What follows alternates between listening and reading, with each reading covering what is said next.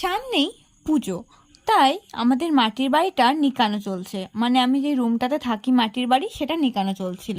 তাই সকালে আমি পাকা ঘরে পড়তে বসেছিলাম, দেখলাম রুমটা অগোছালোই হয়ে আছে। যেহেতু মা নিকাচ্ছিল, তাই মা আর সেভাবে সময় পায়নি রুমটা গোছাবার জন্য।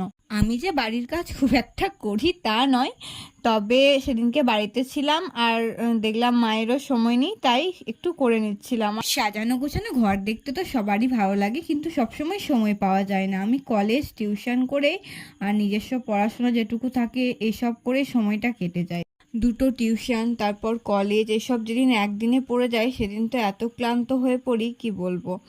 যাই হোক, রুমটা গোছাচ্ছিলাম। আর আমি তো স্নান করার আগে না, স্নান করার পরে রুম গোছাচ্ছিলাম। মা আমাকে খুব বকছিল। বেসিক্যালি আমরা সবাই মাটির বাড়িতেই থাকি, পাকা ঘরের একটা রুমই ইউজ করি। পাকা ঘরটার এখনো কাজ চলছে। কথা বলতে বলতে আমার গোছানো কমপ্লিট। টাটা।